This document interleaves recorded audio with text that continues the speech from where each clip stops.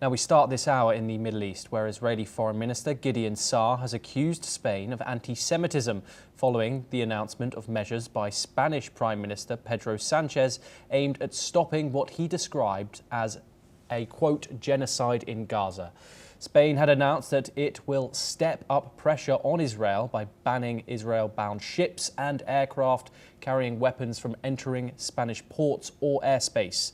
Additionally, Spain will boost aid to the Palestinian Authority and the United Nations Relief and Works Agency for Palestine refugees.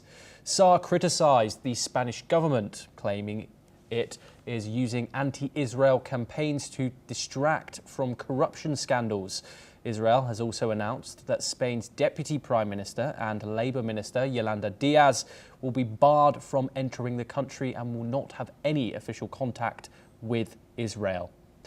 We're now joined by Mati Zawaig, who is a geopolitical expert, and he joins us live from Israel right now. Mati, what are your thoughts on this situation between Madrid and Israel? Of course, the tensions are there. Is Gideon Saar acceptable to label the Spanish government anti-Semitic in its actions? Well, it doesn't matter if the foreign minister is Gideon Saar or another foreign minister. Spain has been behaving in an horrendous way towards a natural ally like Israel, and not only because of Gaza.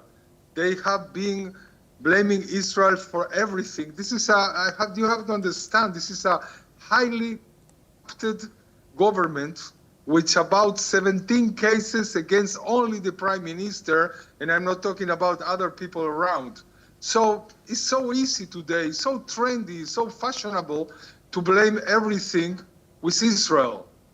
And if you have something to say about Gaza, say it. If you want to say that you have to ban sales of arms, do it, and we will cope with that. But there are so many politicians in Spain using Israel to cover their own wrong behaviors and corrupted government.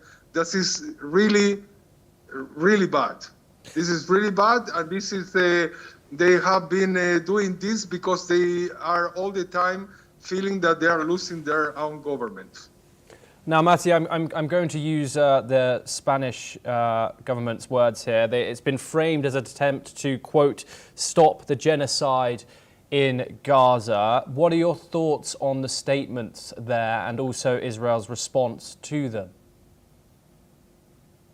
The response of Israel has been from a long time ago and also now. We have an horrendous situation. We have a war with Hamas.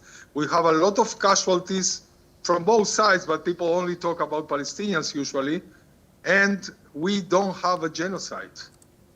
There is no genocide. Genocide have a very clear and established parameters to say that you are intentionally trying to wipe off the earth another people, like the Nazis did against the Jewish, or like they did in Darfur or in other places. We are not talking this. This is an horrendous situation that must be stopped in some way, but nobody is trying intentionally to kill civilians or to kill children or anything. They can continue to say that because they have their own agendas. They have a lot of Muslim voters to cover in the next elections. They have a lot of reasons to talk in this way, but Israel in some moment is going to stop these attacks in Gaza in order to win or to dismantle Hamas. And then things are going to go back to their own normal path.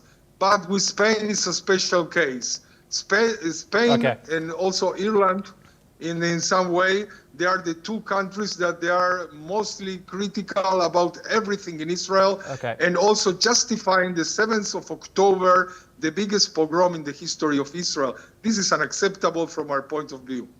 Yes, thank you, Mati. Do stay with us. We have another related development coming the audience's way.